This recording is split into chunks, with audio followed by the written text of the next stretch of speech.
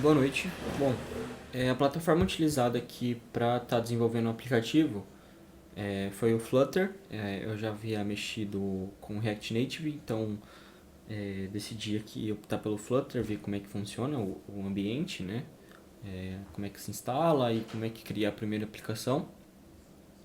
Eu também optei por utilizar a documentação do próprio Flutter, então tem algumas coisas aqui dentro da própria documentação. E basicamente instalei aqui o SDK, configurei a variável de ambiente apontando para o SDK.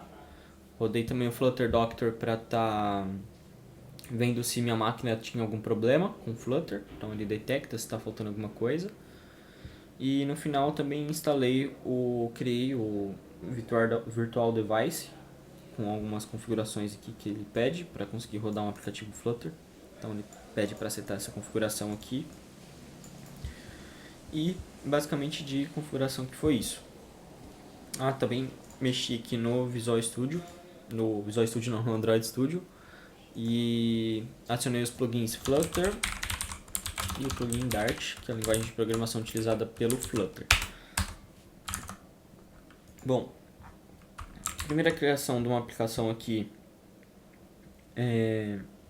a ideia da aplicação é criar uma list view aqui infinita, com scroll infinito. Então a ideia aqui é colocar esse títulozinho aqui em cima da app e também disponibilizar um scroll infinito aqui. Então, conforme você vai scrollando, mais itens vão aparecendo no final da lista. Então, foi isso que foi feito. Na primeira parte aqui da criação da aplicação, ele cria um Hello World. Então, primeiro a gente aprende a criar um Hello World. Depois também a gente aprende a criar adicionar pacotes na aplicação. Então, um dos arquivos aqui para adicionar pacote é o pubspec.yaml. Então, no YAML aqui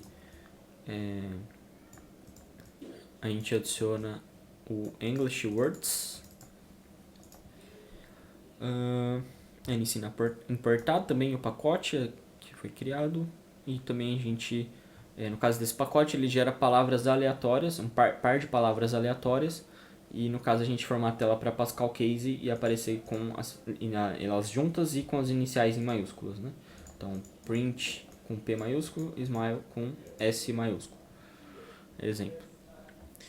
E aí ele cria de fato a aplicação com essa list view infinita. Então, o arquivo principal aqui da aplicação é o main. E no main ele tem uma função que também chama main. E instancia uma classe chamando runApp. Instancia uma classe chamada myApp, que é uma classe criada pelo desenvolvedor. E esse myApp é um widget sem state, então stateless. Então ele não armazena nenhum dado dentro do componente. E ele chama aqui o método build. Eu percebi que o método build é um método que sempre vai retornar um widget. Então, state sempre vai retornar um widget. E é um método meio que padrão para renderizar na tela. A gente chama também aqui o design do material. Então, tem o material app. A gente passa um título.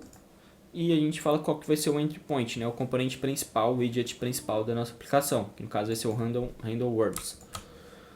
O handle words já é um widget com state, então ele vai armazenar dados.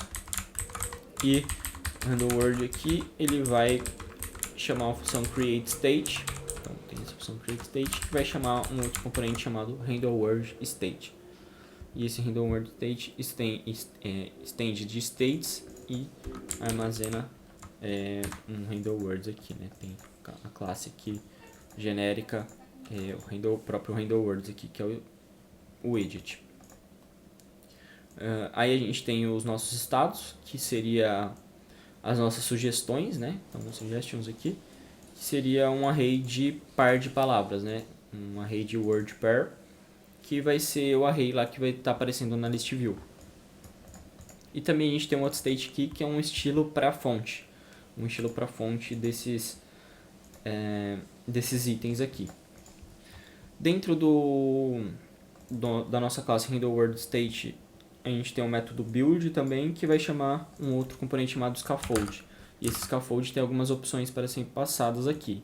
No caso, uma opção é o app bar, que seria essa parte em azul aqui em cima. A gente também passa um texto para ele. E outra parte que seria o body, que seria seria essa parte aqui do Build Suggestions, onde vai aparecer a nossa List View. A List View, ela é, como mostrei que ela é carregada no Build Suggestions. Ele chama aqui List View Builder.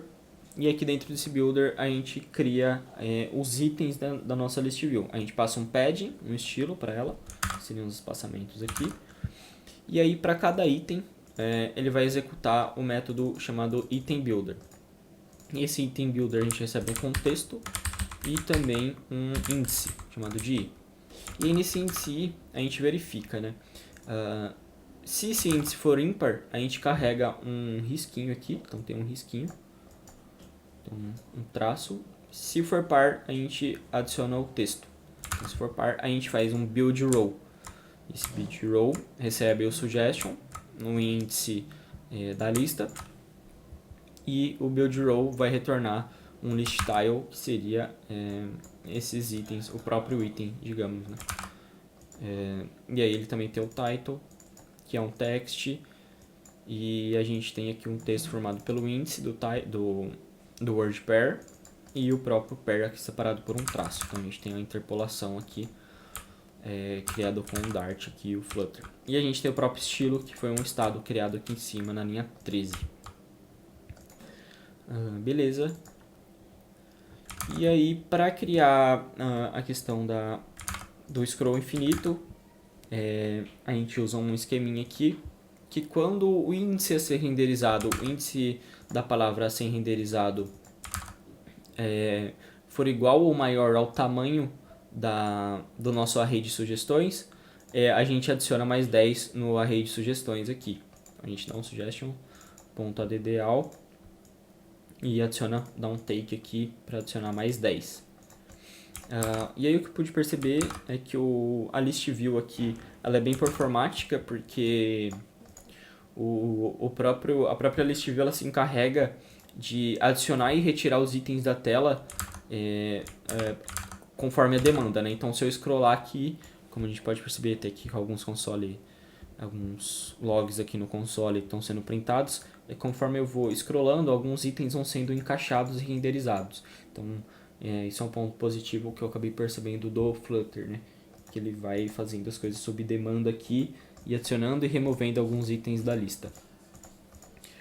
Então a app que foi criada foi basicamente essa.